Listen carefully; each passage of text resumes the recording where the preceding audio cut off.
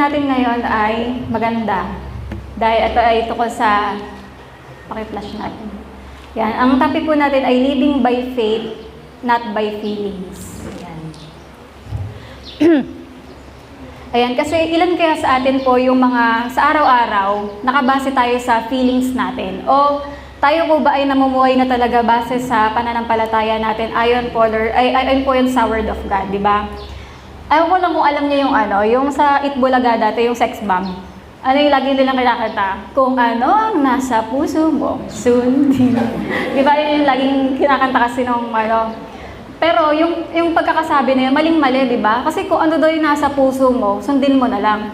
Pero maling-mali yan kasi sabi nga po sa Jeremiah 17 verse 9, di ba? The heart is deceitful above all things and desperately wicked. Who can know it? Meaning, yung puso daw natin ay talagang yung mga damdamin natin, hindi natin dapat pagbatayan yan. Kasi mapandaya ang emosyon, di ba? At maaari kanyang ipahamak kung nakikinig tayo lagi sa feelings natin. At kasi nga, syempre, yung tayo mga tao, may sinful nature, di ba? Kaya hindi natin basta pwede pagkatiwalaan yan.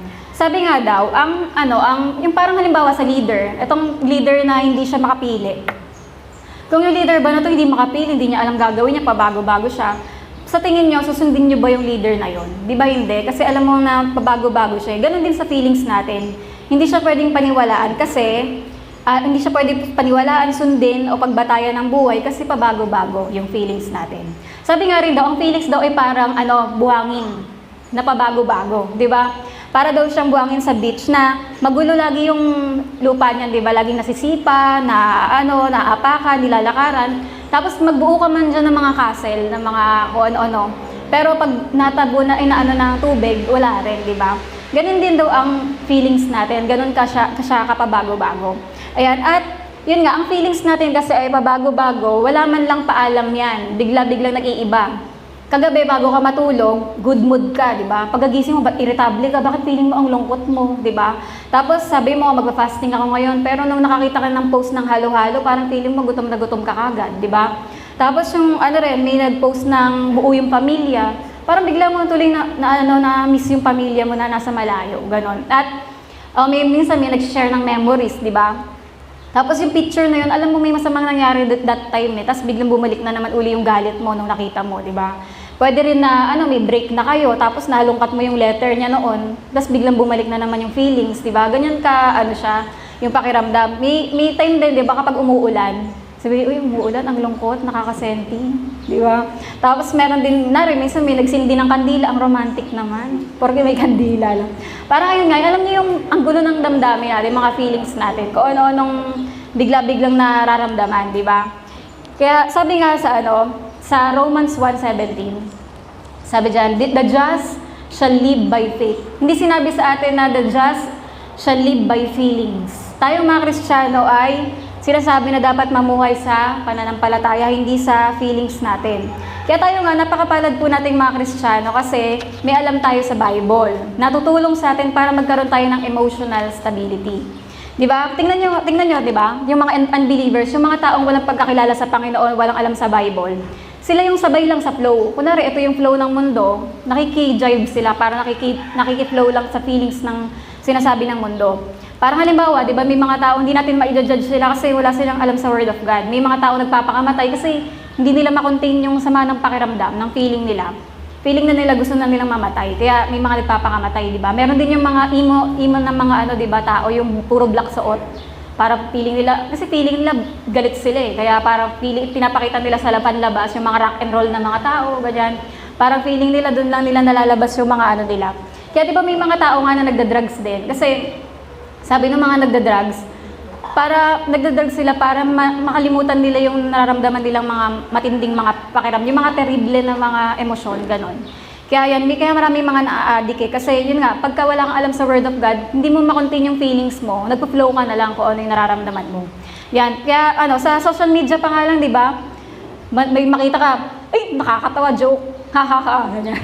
Tapos, pagka-scroll mo ng konti, ay, kakatakot naman to, may trailer yung bagong horror movie. Tapos biglang na-scroll ka na naman, ay, may nag-throwback, nakakalungkot naman, di na kayo magkakasama.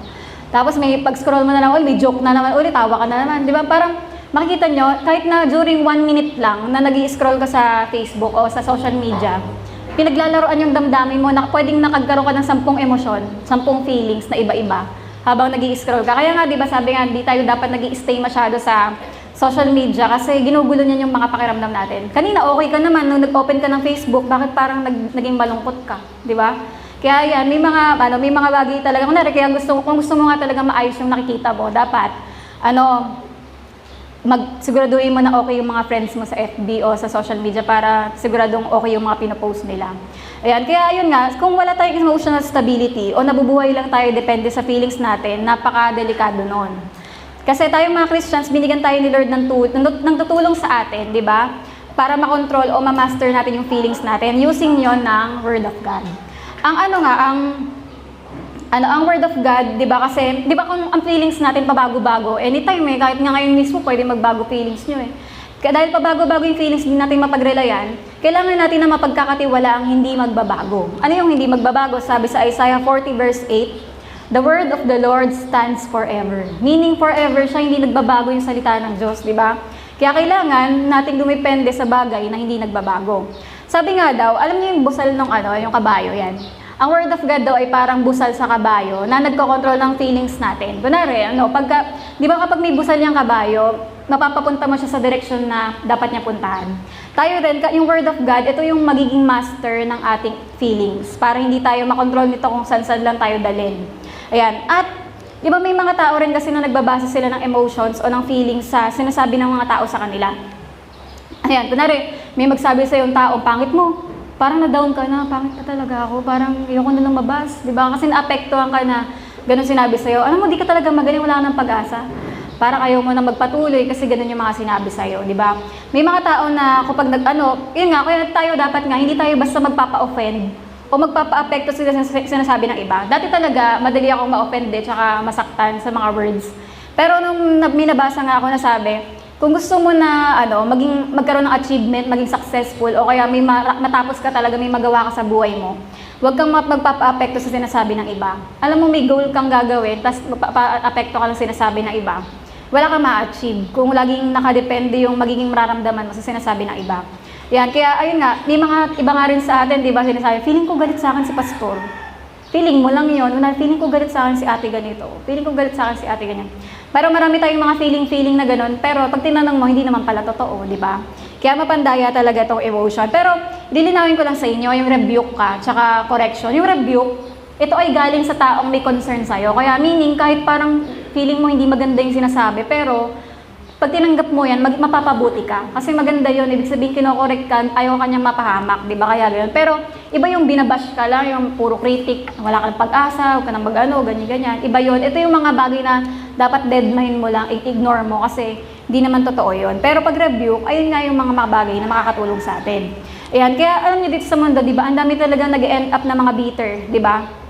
Kasi, syempre naman yung mundo natin, ang galing-galing manakit, di ba, ng damdamin. Kaya, ayan, kung hindi natin alam yung salita ng Diyos at sa tulong syempre ng Holy Spirit, kailangan natin ng gabay ng Banal na Espiritu para tumatag tayo sa ating emosyon, di ba?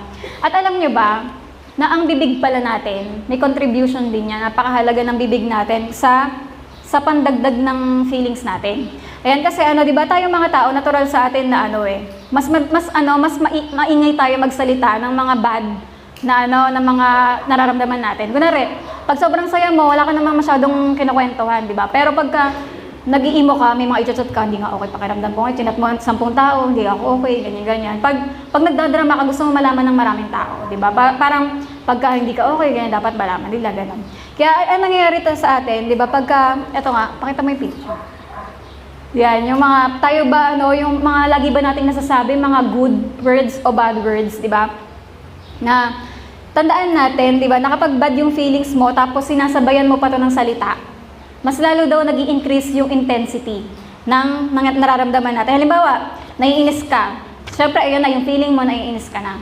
Tapos sinabi mo pa, nakakainis. Mas lalong nag-i-increase yung intensity. Sobrang inis mo kasi nararamdaman mo na siya, sinasabi mo pa. Kaya yun nga daw, na kapag dapat hindi na natin sasabihin pa yung mga bad na mga feelings na to.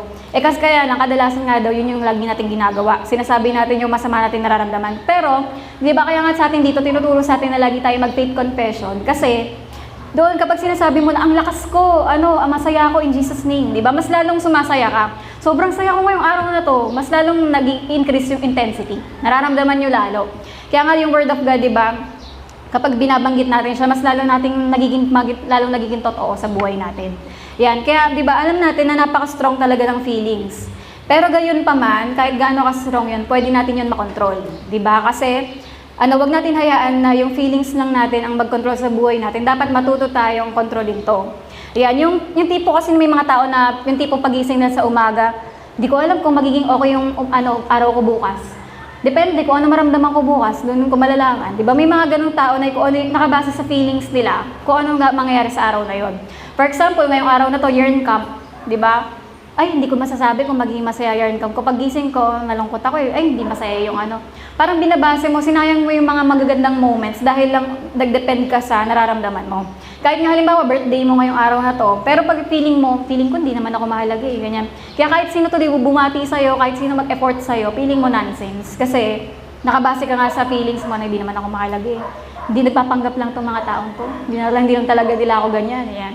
Kaya, di ba, ganun yung nagagawa ng mga feelings. Ang daming naaagaw sa buhay natin at nasasayang. Ayan, pero nga, di ba, kung by faith yung pamumuhay natin at hindi nakabase sa feelings, gaganda ang bawat araw mo at lagi ka mapupuno ng pasasalamat sa Diyos. Yan, kaya dapat nga pagkagising mo palang sinasabi mo na, this is the day that the Lord has made. I will rejoice and be glad in it. I can do all things through Christ, di ba? I am fearfully and wonderfully made. God loves me. God is good to me. Jesus is with me, di ba? Lahat ng mga yon. At kapag habang sinasabi mo yon, ikakasaya mo yon, tsaka ikakalakas mo, di ba? Kaya, ayun nga, itong feelings din, gamit na gamit to syempre pagdating sa love life, di ba? Yan.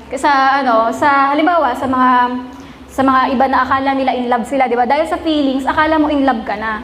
Yung nagkasabay lang kayong pumulot ng eraser, ay, in love na kami.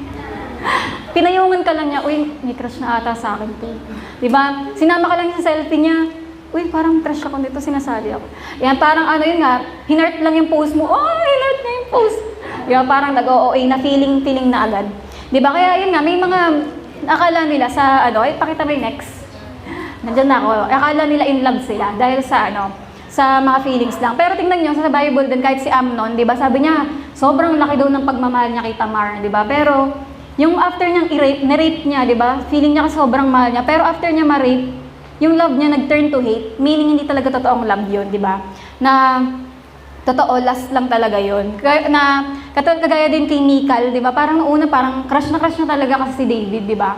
Pero pag nakita mo nung later on, hindi naman talaga niya love si David. Crush niya lang talaga. Iba yung crush sa love mo talaga. Kaya yan, parang akala ng mga feelings natin, ayan, kala tuloy in love na dahil doon. Meron din naman syempre na maganda na yung mga na in love talaga na, kasi di ba kaya may mga, yung feelings, kasama talaga siya kung bakit may mga taong nag-e-end up na kinasal sila. Di ba? Kasi nga, totoong na in love sila. Pero ayun, kaya ni Isaac tsaka Rebecca, di ba? Nung una pa lang kita ni Isaac kay Rebecca, na in love na siya, kaya nagpakasal sila, di ba? Tsaka si Jacob at si Rachel, di ba nasabi niya parang yung 7 years na pagtatrabaho niya, wala lang dahil sa pag-ibig niya kay Rachel. Meron din naman na ito masama. Yung feelings natin, nagagamit na in love sa maling tao. Yan. Na, alam niyo yung kanta nga ni Tony na, how can something so wrong feel so right all along, di ba? Alam niyo yung kantang yun, marami nang minomotivate yung magkasala di ba? Something so wrong, mali ito bakit may asawa to pero ba't nai-inlove ako sa kanya? Pero you feel so right, di ba? Parang yun yung, intindi niyo yung kanta, ang mali, di ba? Na parang, ay okay lang pala ma-inlove ako sa may asawa, ganun.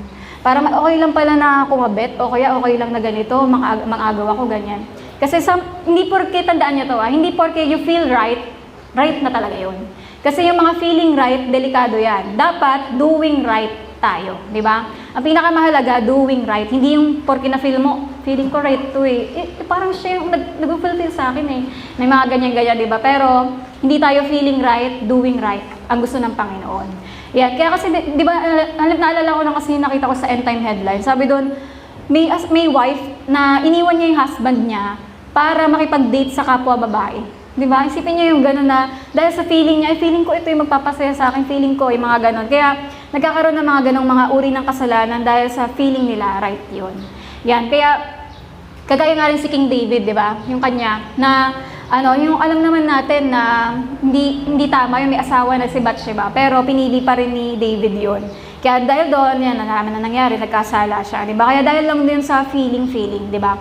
Kaya hindi tayo lahat mag-base on. Kagaya din sa di ba, sa kunwari sabihin ko na, feeling ko ako si Catherine Bernal. Kahit sabihin kong feeling ko na ako si Catherine, mangyayari bang magiging ako siya? Hindi, di ba? Sabihin ko lang feeling ko, pero kahit kailan hindi magiging ako yon dahil iba ako. Parang halimbawa minsan din sa may magsasabi sa inyo, nari, babae ako. Sabihin ko, feeling ko lalaki talaga ako. So magbabago na nga ako ng suot ngayon kasi feeling ko lalaki ako. Kahit sabihin kong feeling ko lalaki ako, hindi ako magiging lalaki dahil babae ako, 'di ba? Parang ganoon din 'yon na sabihin mo ikaw si Liza Soberano, kahit kailan hindi ka magiging 'yon kung hindi ikaw talaga 'yon. Kahit pwede ka mag-feeling pero hindi ka magiging ganoon, 'di ba? Kaya pero ang sabi ng faith sa atin ay sabi ng faith, magstay ka sa asawa mo, 'di ba? O sabi ng faith, dalawa lang ang kasarian, babae o lalaki lang, 'di ba? Pero itong mundo natin, pinapa-feel ka ng kung ano-anong mga feelings na hindi naman totoo, 'di ba? Pero kagaya din naalala nyo kay Hosea. Si Hosea at Gomer. Alam niyo si Hosea, hindi niya ginamit feelings niya. Faith talaga ginamit niya. 'Di ba sabi sa kanya ng Panginoon, balikan mo si Gomer. Kasi nag-adultery, kumabit-kabit si Gomer. Pero sabi sa kanya ng Panginoon, Hosea, balikan mo siya. Pero kung Hosea lang, kung feelings gagamitin niya, ayaw na niya, 'di ba? Pero tingnan niyo siya, faith pinili niya, kaya binalikan niya talaga. Naging obedient lang siya sa Panginoon. Meron din naman yung mga feelings na nangyayari, dahil sa feelings, may mga naghihiwalayan, di ba? Na dahil sa galit na galit ka, yan, pero tapos, parang makipaghiwalay ka. Pero nung humupa yung galit mo, nagsisi ka, bakit pa kami nag-break? Yan. Paano yan si King Ahasuerus, naalala niyo siya? Yung sabi kasi hindi nagpakita si Queen Vashti, di ba? Tapos sabi niya, sige, palitan niyo na nga yan, pinahiya ako. Galit na galit siya that time. Pero kinabukasan sabi niya, asan si Vashti? Sabi niya, wala na po. Sabi niyo, alisin na siya. Kinabukasan, biglang nagsisi siya na, ba't ko ba ina na si Vashti? Ganon. Kaya parang di ba alam niyo naman yung law ng Medes and Persia, na kapag inano mo yun, hindi na mababali yun. Kaya magmula nung araw na yun, never niya na nakita si Vashti. Nagsisi siya, di ba? Kaya yan, tapos yung rin, kagaya din kay Samson, di ba? Kakakasal lang ni Samson, pero na-bad trip siya dun sa asawa niya. Kasi ni-reveal yung bugtong, di ba? Kaya lumaya siya that time. Yan, ito si Samson talaga, ang pinaka-model ng feelings talaga. Tingnan niyo yung buong storya niya, puro namumuhay lang siya sa feelings, kaya hindi naging maganda yung flow ng buhay niya, di ba? Ayan, kaya ayun nga na, dahil sa feelings, may mga naghiwalay. Meron din naman dahil sa feelings, nagkakabalikan, di ba? Ito yung halimbawa, nag-break kayo, tapos pag tumingin ka ng 300 photos nyo sa album, biglang bumalik yung nararamdaman mo. Tapos dumaan ka dun sa dating kinakainan niya sa McDonald's. Biglang naalala mo uli. Kaya nga diba dapat, kung hindi mo na dapat balikan yung taong yon, wag ka nang pumunta wag mo nang balikan yung mga dati. Diba? Kasi may feelings na bumabalik dyan eh. Yan, kaya, may asawa ka na, binabalikan mo pa yung profile ng ex mo. May mga ganun. Dapat hindi yung ginagawa kasi may mga feelings nga na nandadaya. Yan, kaya pero ang kinagandahan din ng feelings sa mga nagkakabalikan, halimbawa yung mag-asawa na maghiwalay na sila, magdi-divorce na sila, diba? Pero sabi ng asawa, bago tayo naalala mo, sabi niya, nung unang araw ng kasal natin, nung pinasok mo ako dito sa bahay, binuhat mo ako. Sabi niya, pwede bang bago tayo maghiwalay? 30 days mo muna akong buhatin papasok ng bahay lagi. Tapos yun, after 30 days na ginagawa ng asawa, naisip siya, ba't kasi ginagawa ko pat? Pero after 30 days, alam niyo, hindi na sila naghiwalay kasi bumalik yung naging nasariwa nung lalaking, asawang lalaki yung ginagawa niya nga dati. Kaya may mga ganun na nagagawa naman yung feelings. Pero ang pinakamaganda talaga dito na yung pag-ibig ng Diyos sa atin, siya yung nakikipagbalikan, di ba? Kahit na pag ginawa natin, binabalikan lagi tayo ng pag-ibig ng Panginoon, di ba? Lagi niya tayong minamahal, at yun nga, tayo pa nga yung bride of Christ, di ba? Na talagang papakasalan tayo ng Panginoon. Sabi nga sa isang quotes na to, feelings are much like waves. We can stop them from coming, but we can choose which one to surf. Naintindihan nyo? Ang feelings daw natin parang mga alon. Hindi natin mapipigilan yung mga alon na yan. Hindi natin mapipigilan yung mga feelings. Pero, pwede tayong pumili kung ano yung sasakyan natin, yung pagsisurfingan mo. Pipili ka, kunwari, nag-feeling mo gusto mong magdrama ngayon. Sasakyan mo ba yung drama mo o hindi? Ay, ako na lang, wala namang maidudulot na ayos kapag nagdrama pa ako. Kunwari, ang saya-saya ng feeling mo ngayon, sasakyan mo ba yung feeling? Sakyan mo para maging masaya ka talaga, di ba? Yung mga bad feelings, wag mo nang sakyan yon. Pero yung mga good, yun lang yung sakyan natin. Kaya hindi natin mapipigilan daw, pero pwede tayong pumili. Di ba? Kung sasakyan natin yung mga pakiramdam na yun. Kaya, pero ayun nga, di ba? Kaya tayo sa, meron din naman magandang mga pag-feeling, di ba? Ano yung mga magandang pag-feeling? Feeling ko gumaganda ako. Yan. Siyempre, feeling ko gumagwapo ako lalo Siyempre, magandang yan. Kasi parang fake confession na rin to Siyempre, sino pa bang maniniwala? Ikaw lang at ang nanay mo ang maniniwala dyan. Kaya, kailangan isa ka sa naniniwala na talagang maganda o gwapo ka. Yan. Kasi biblical naman yan. Sabi nga sa Bible, di ba? We are fearfully and wonderfully made. So, biblical yung sabihin mo, gumaganda ako. Ayan. Tsaka, ayan, halimbawa, pwede mo sabihin, feeling ko nagiging giver na ako. Kasi kakasabi mo ng feeling mo nagiging giver ka na, mas lalo ako nagiging mapagbigay, di ba? Pag sinasabi mo, feeling ko mahal ko na tong mga batang ina-outreach ko, di mas lalong nagiging mahal mo nga sila kakasabi mo niyan. Na feeling ko mas lalong nagiging mabuting tao na ako. Feeling ko mas gaganda takbo ng buhay ko. Maganda yon kasi faith confession yung dating nun. Yan. Ngayon naman, paano yung living by feelings? Paano yung mga taong namumuhay sa pakiramdam lang nila? Ito yung mga negative na mangyayari kapag sinunod natin yung feelings lang natin. Number 1, kapag malungkot ka, hindi ka kakain or kakain ka ng marami. Di ba? Halimbawa, may mga tao na pag nalungkot sila, hindi kakain, depressed na depressed, di ba? Kagaya yan si Ahab, di ba? Nung hindi niya makuha yung vineyard ni Nabot, na-depress siya, sabi niya, ayoko kumain, ganon. Di ba? Or yung ibang tao naman kasi, kakain ng marami pagka ang lungkot, di ba? Kaya hindi maganda yung nagiging epekto. Ang pagkain ng marami at saka, ang pagkain ng marami at hindi kumakain, hindi maganda yun. Dapat sakto lang. Pangalawa, kapag tinatamad ka, hindi ka pupunta sa importanteng dapat puntahan. Halimbawa, sa pagsisimba lang yun, parang tinatamad ako, may pader Yoko, dito na lang ako, di ba? Pag may mga ganyang di ba, pag tinatamad ka, yan yung feeling tinatamad, hindi ka tuloy makapunta sa mga importanteng pupuntahan, may importanteng mensahe ang Panginoon sa'yo sa church, di ba, sa mga gawain sa Panginoon.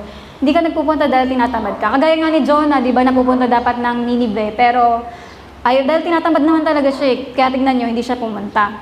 Yan, pangatlo, kapag nahihiya ka, lumalampas sa'yo ang mahalagang pagkakataon. Yan, di ba pag pinahinayaan natin yung hiya natin, di tuloy nangyari, ikaw dapat yung mabe-very good, yoko, ikaw nang sumagot. Di ba, nahiya ka, yung katabi mo sumagot ng sagot mo, very good, tuloy pinakalapakan ng buong klase. Di ba, maraming mga pagkakataong nawawala sa atin dahil nahihiya tayo. Pero sa si Timothy, di ba ang totoo nahihiya, sabi niya kay Paul, nahihiya talaga ako mag-preach kasi bata pa ako kabataan lang ako. Sabi ni Paul sa kanya, let no one despise the youth, di ba? But be an example to the believers in faith, in love, in purity, ganyan.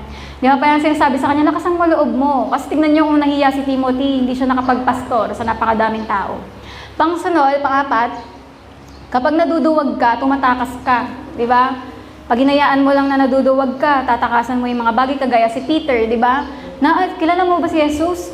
Sabi niya, hindi ko kilala yan, di ba? Kaya tumakas siya at nagsisi siya dahil doon. Panglima, kapag sukong-suko ka na, hindi ka na magpapatuloy sa dapat mong tapusin na magtatagumpay ka sana. Yan, dahil nga sumuko ka, hindi na nangyari yung dapat mangyari, di ba? Kaya kagaya din kay Elijah, alam niyo ba, hindi pa talaga siya tapos maging prophet. Pero sabi niya, yoko na Lord, ganyan. Sabi niya ng Panginoon, sige, i-anoint mo na lang si Elisha, napapalit sa'yo. Pero totoo, hindi pa siya dapat tapos, marami pa siyang gagawin. Pero yon, may mga bagay na hindi nangyayari sa buhay natin dahil nga sumusuko tayo. Kaya dapat hindi tayo magpapadala doon, huwag tayong susuko. Pang-anim, kapag natatakot ka, nalilimitahan ka sa lawak sana ng mararating mo. Yan, di ba dahil natakot ka, hindi mo na ginawa yung dapat gagawin mo na may mangyayari sanang mas maganda, di ba? Kagaya nga sa 10 spies, di ba? Yung sa 12 na nag-spies, si Joshua lang tsaka Caleb yung naniwalang kaya nila. Pero yung 10 natakot, sabi para lang tayong tipaklong sa mga dami ng mga kalaban natin, sa mga laki ng mga kalaban, di ba? Kaya nangyari sa kanila, nalimitahan sila, imbis na nakapasok sila sa promised land, hindi sila nakapasok. Pang-7, ayan, kapag nagagalit ka, nakakagawa ka ng mga bagay na pagsisisihan mo. Di ba? Talaga yan. Pag pinayaan natin yung galit, na ito yung feelings na to, na itong emosyon na to, ang dami nating nagagawa na pagsisisihan natin, di ba? Nakagaya si Cain, di ba? Dahil sa galit niya na hindi tinanggap yung offering niya, pinatay niya yung kapatid niya. Si Simeon din, tsaka Levi, di ba? Naalala niyo yung dahil nirape yung si Dinah, na kapatid nila, ginantian nila yung buong lahi ni Shechem ay napatay nila, di ba? Kaya nga pareho sila, si Cain tsaka si Simeon at Levi, parehong may curse na nilagay sa kanila. Dahil nga sa ginawa nilang yan. At yun, di ba, bagay na mga pagsisisihan natin tuwing lagi natin pinapairal yung galit. Ayan, pangwalo, kapag naiinis ka, hindi mo nagagawa ng maayos yung mga bagay. Di ba? Dahil gigil na gigil ka, hindi mo magawa yung inaano mo, di ba, yung ginagawa mo. Kaya halimbawa rin, si Haman, di ba, isipin niyo, ang taas ng posisyon niya, na-promote pa nga siya, pero sabi niya, hindi ako sasaya hanggat hindi ko nakikitang lumulod sa akin si Mordecai. Yan, di ba, kaya hindi siya makaano dahil sa inis niya eh. Doon lang nag-flow yung buhay niya sa inis niya sa kay Mordecai. Tapos si Moses din, di ba, kaya siya hindi nakapasok sa promised land kasi nahampas niya ng 2 beses yung bato, di ba, na dahil sa inis niya doon sa mga Israelita. Yan. Tapos sunod, number 9, kapag nanghihina ka, ayaw mo na kumilos, di ba? Hinanghina ka na sa lahat naman nangyari sa buhay mo, wala, ayaw mo nang bumangon, diyan ka na lang, di ba? Kagaya na nang nangyari kay Job, di ba? Ang habang binagbabasa nga akong Job, feeling ko nandun lang siya sa isang lugar eh, hanggang matapos yung chapter na ayun, di ba? Kasi nga parang wala na siya, nag-aantay na lang siya mamatay eh. Number 10, kapag iyak ka ng iyak, manghihina ang katawan mo at magkakasakit ka. Si Jeremiah lang nilagay ko dyan kasi nga siya, weeping prophet siya, di ba? Iyak siya ng iyak.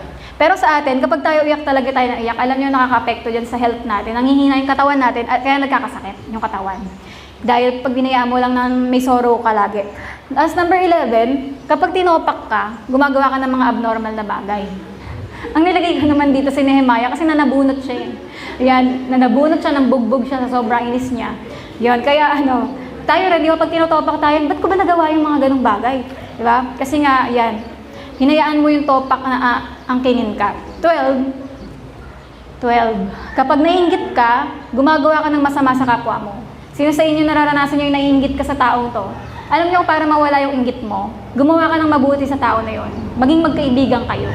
Basta, para patayin mo yung inggit na nararamdaman mo, gagawan mo siya ng mabuti, tapos i-friend mo siya. Ayan, at di ba kagaya nga itong inggit na to, na-overcome masyado yung mga kapatid ni Joseph, di ba?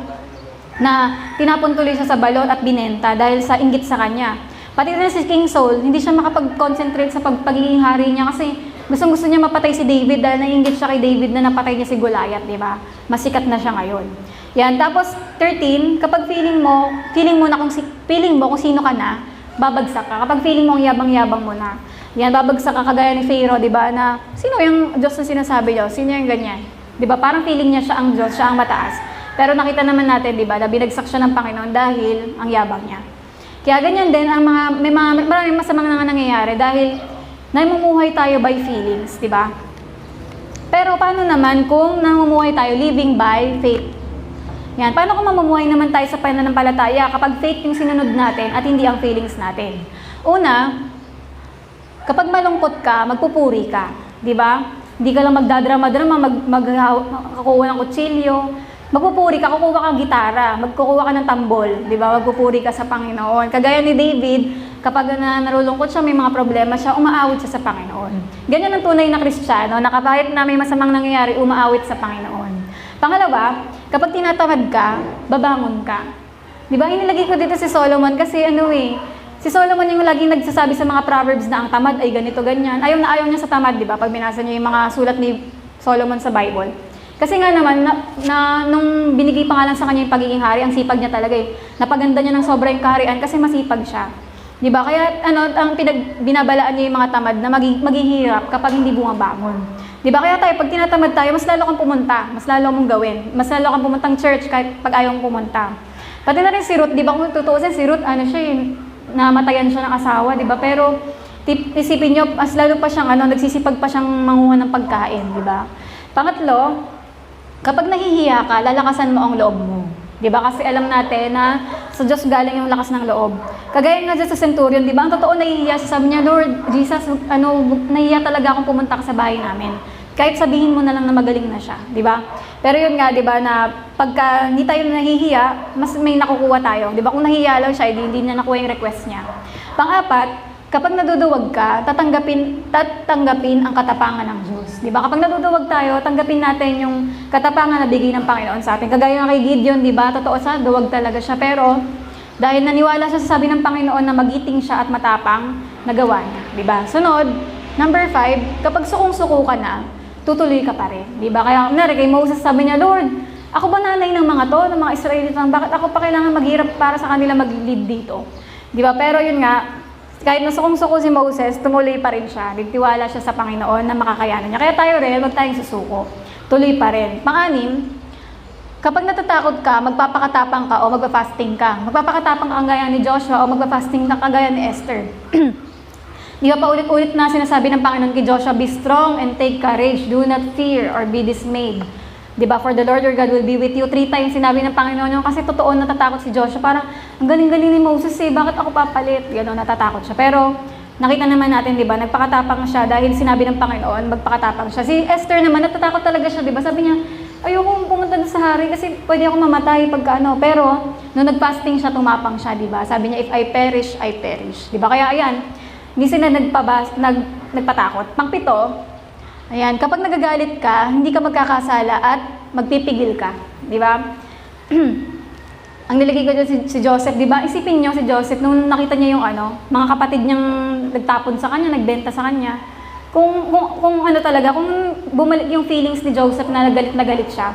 Hoy, magsialis kayo dito, mamatay kayo sa gutom lahat. Di ba? Mas kayo dito, naalala ko yung ginawa niyo sa akin. Di ba? Pero hindi. Nung nakita niya yung mga kapatid niya, nandun pa rin yung emotions niya na parang mahal niya yung mga kapatid niya, di ba? Pero kung totoo talagang galit yung pinairal niya dyan, pinalayas niya na mamatay na kayo sa gutom lahat dyan, di ba? Pero hindi, di ba? Kaya, yan, pangwalo, kapag naiinis ka, ituwid ang kinaiinisan. Minsan kasi naiinis tayo ng inis lang, yung wala ka namang solusyon sa inis mo. Wala, naiinis ako, ewan ko. Ganun, pero hindi, dapat pag naiinis tayo, gumawa natin ng solusyon. Kailangan kausapin natin, ituwid natin yung nakakainis na bagay. Halimbawa si Paul, di ba naiinis siya kay Peter? Na kasi parang tingin niya kay Peter na ang plastic dahil nung may mga Gentiles, parang ayaw kumain ni Peter kasama nila. Kaya nung nirabyok niya talaga si Peter, edi yun, naayos yung kinaiinisan niya. Tayo, wag lang tayo mainis ng wala lang nangyayari. Dapat itutuwid natin yun.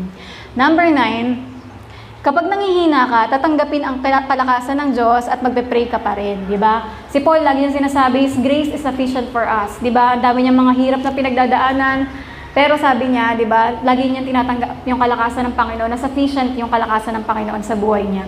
Ganon din si Daniel, di ba? Naalala niyo yung, kung binasa niyo yung Daniel, na nagbabasa siya doon, nakikita niya yung mga, nakita niya yung mga vision, pati yung mga nangyayari sa bansa nila sa Israel, na kung paano nawasak, ganyan. Pero, kahit sobrang panghihina niya, di ba, nanalangin pa rin siya. Nagpa-fasting pa rin siya.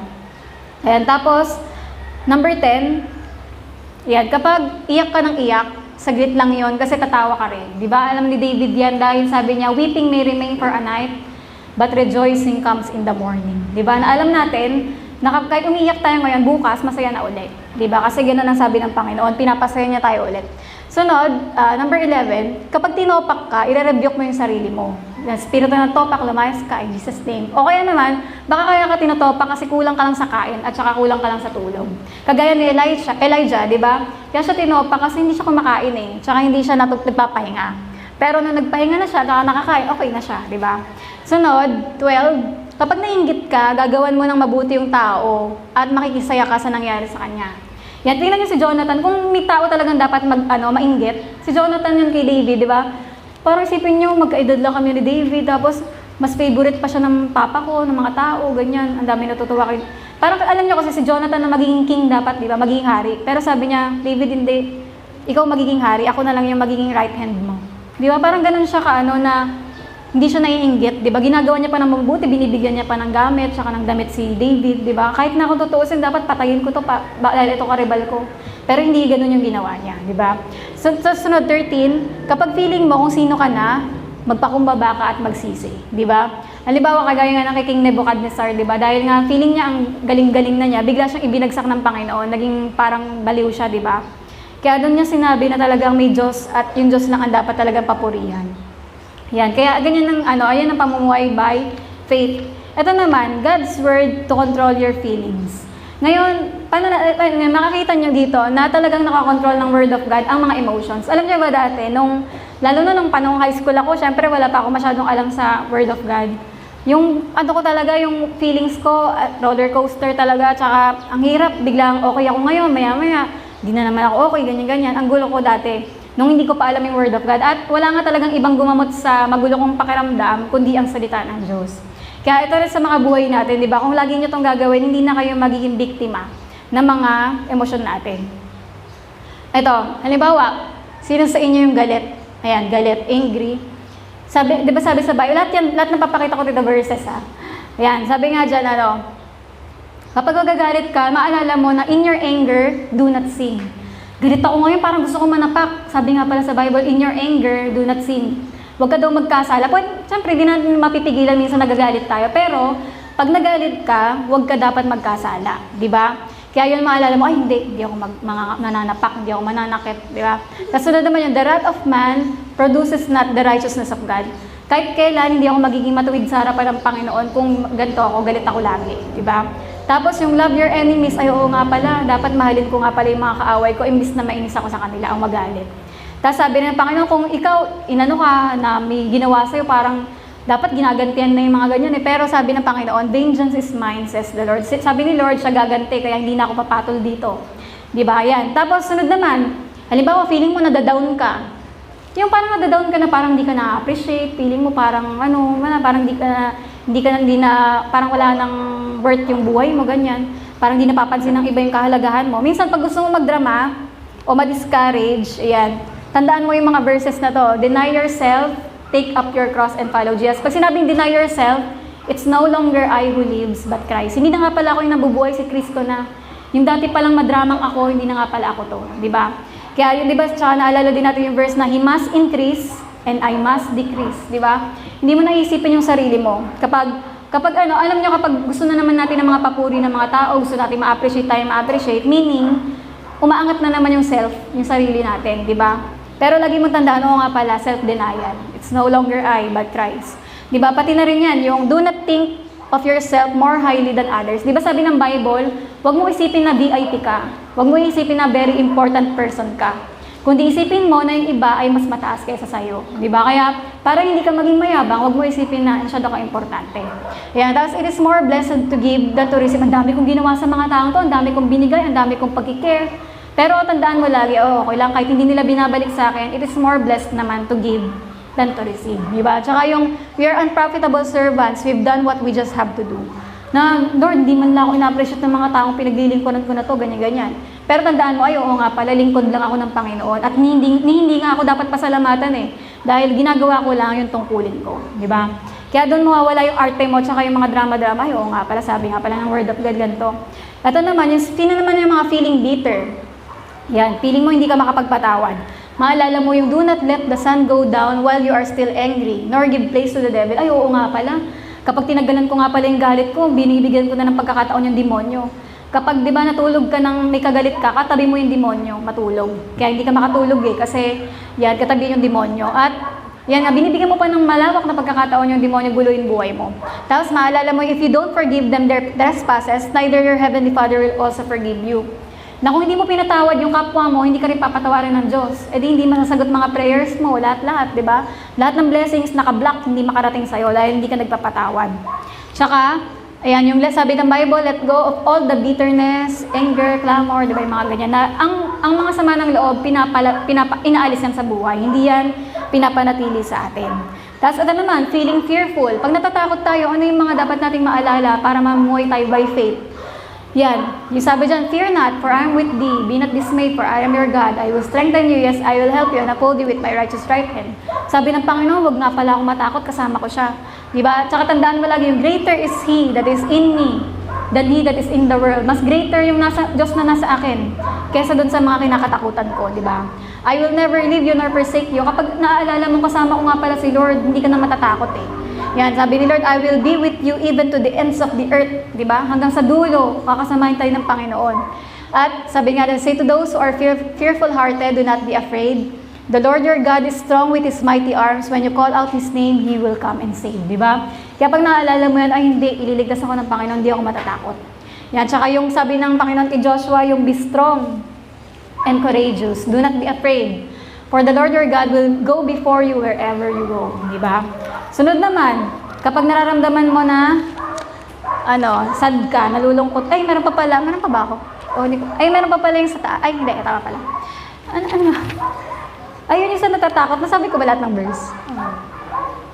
Ayan, tama. Sa naman, yung sa malungkot naman, di ba? Sabi dyan, di ba, pag nalulungkot ka, umaga pa ng pag-isip mo, parang ang lungkot na. Lagi mo sabihin mo agad yung, this is the day that the Lord has made. I will rejoice and be glad in it. Tsaka yung rejoice in the Lord always, and again I say rejoice, di ba? Tsaka yung ano pa, the joy of the Lord is my strength, di ba? In your presence, Lord, is fullness of joy. And at your right hand are pleasures evermore. Pati yung ito nga, for the sorrow may last for a night, but rejoicing comes in the morning. Pagising mo, dapat masaya na, di ba? Yan, kaya pagka naaalala mo lahat ng verse, no, tanggal yung lungkot mo. Sunod, yan, yung kapag nararamdaman mo naman, nag-aalala ka. Ano sabi ng Word of God, di ba? Do not worry about tomorrow, for tomorrow will worry about its own things, di ba? Na, ayan, hindi na natin dapat alalahanin yung bukas kasi nandun na ang Panginoon.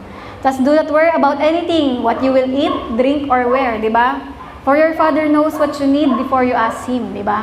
Tsaka yung be anxious for nothing, huwag ka na mag-alala, mag-pray ka na lang. But by anything with prayer and supplication, with thanksgiving, let your requests be made known unto God, and the peace that passes all understanding will guard your heart and mind into Christ Jesus.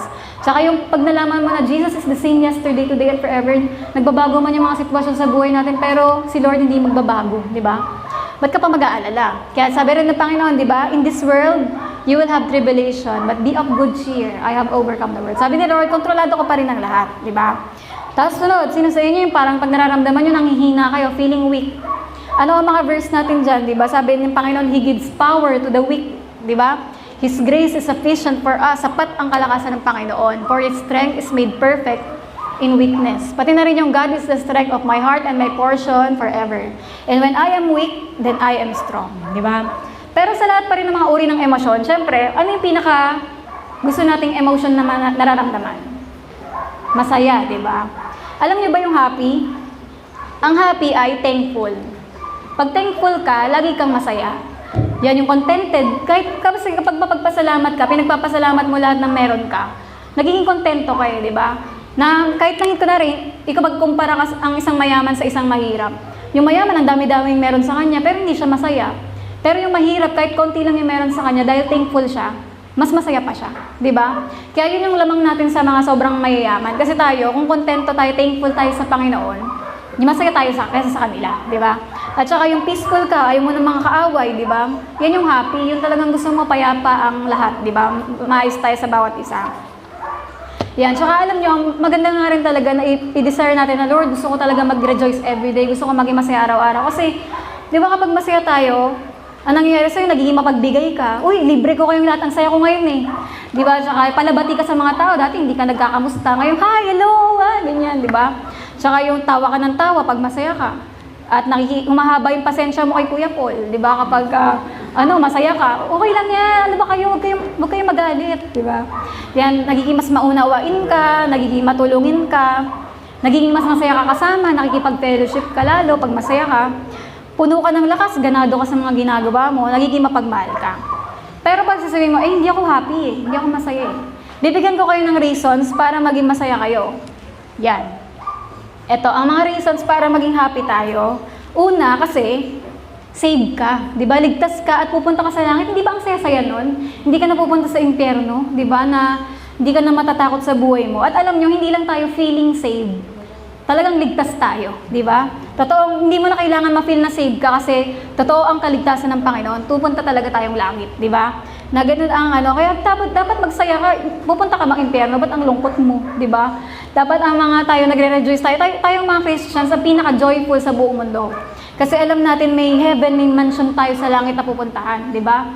At napakaganda ng hinahanda ng Panginoon sa atin. Pangalawa, kasi mahal ka ng Diyos, di ba?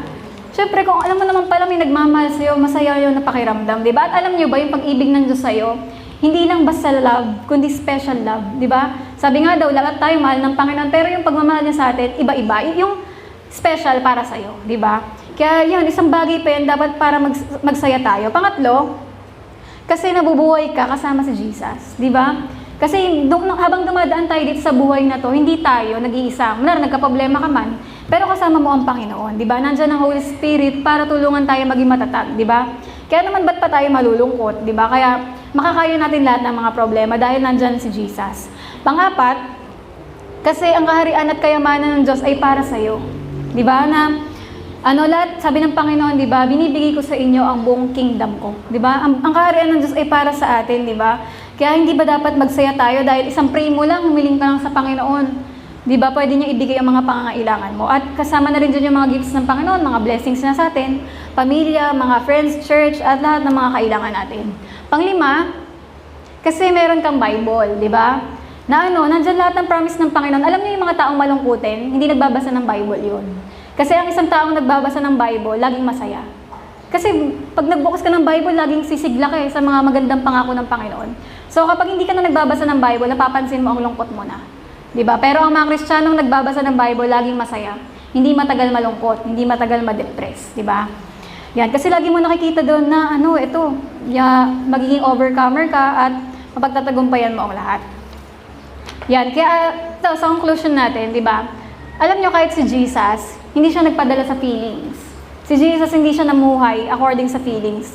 Nung naglalakad siya patungo dun sa krus ng Kalbaryo, ang daming dumudura sa kanya.